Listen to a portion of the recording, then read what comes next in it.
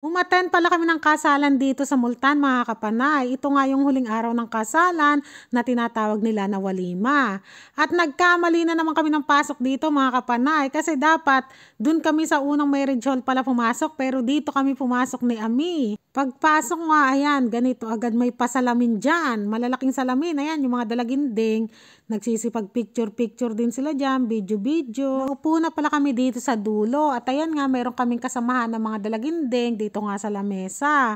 Ayan, ganito pala ang itsura ng marriage hall dito sa napasukan namin.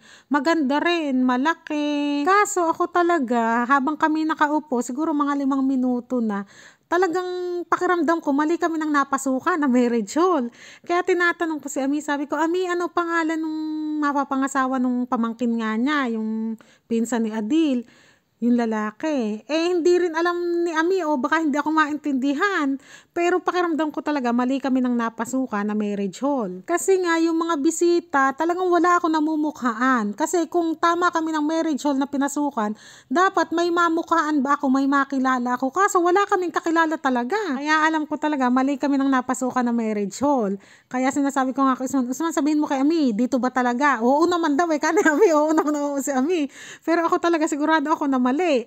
Tapos maya-maya dumating yung magpapakasal, yung magulang na magpapakasal dito. Ngayon nilapitan kami.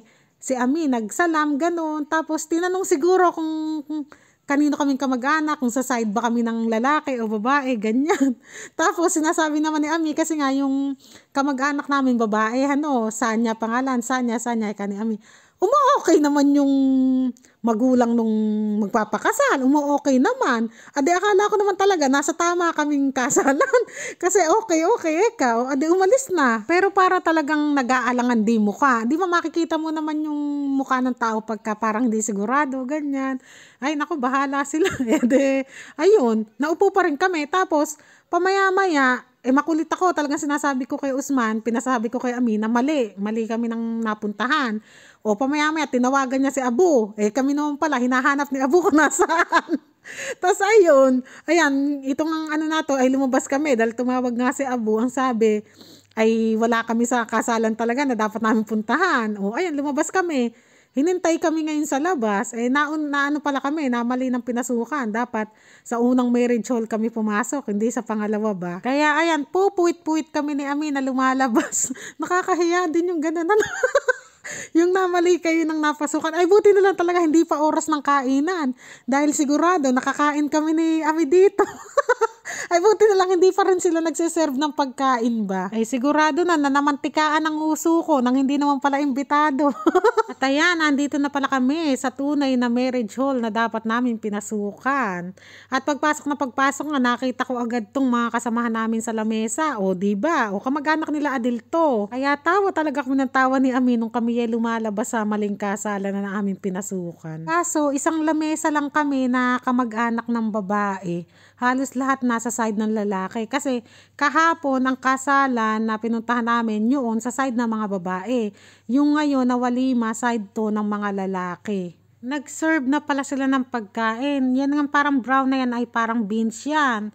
Tapos may mga pipino na may sibuyas. Tapos parang prutas to, parang salad na hindi mo malaman ba. Tapos ayan may lettuce. At syempre pinakahinihintay ko ay itong ang rice. Tapos may chicken. Naku, ang dami ko na naman nakain talaga. Kahit saan ako talaga magpuntang kasalan. Hindi pwedeng konti lang ang aking kakainin. Andun nga si Mariam nakaupo sa kabila. Ayun, nagsasariling sikap siya sa pagkain. Kanya-kanya muna kami ngayon. Wala mo nang pakialamanan. Basta pag kumakain ay galit-galit muna ba. Kadalasan sa kasalan talaga dito ay mga ganyan lang ang handa. Rice with chicken. Minsan may fried chicken. Pero masarap. Ang sarap talaga kasi ng handa sa kasalan ba. Lalo at ganyan, may padibote. Tapos itong custard ang tawag nila dito. Masarap to. Masarap tong custard na ito. Pero mayroon akong natikman na ganito, hindi masarap. Ay, depende siguro sa gumagawa, ano. O, tingnan nyo naman, talaga namang dahil ko nakain, ano. Bago pala kami umuwi, ay dumaan na nga muna kami dito sa ikinasal para nga magbigay ng pasobre ba. Tapos, picture-picture. Kadalasan sa mga kinakasal dito, ay hindi sila mahilig yung magregalo ng kung ano-anong gamit. Kadalasan talaga dito ang inaabot ay pera. Sobre talaga. Mapapasana all ka na lang talaga sa mga gold na suot nila, ano. Sa akin na lang yung isa, baka naman.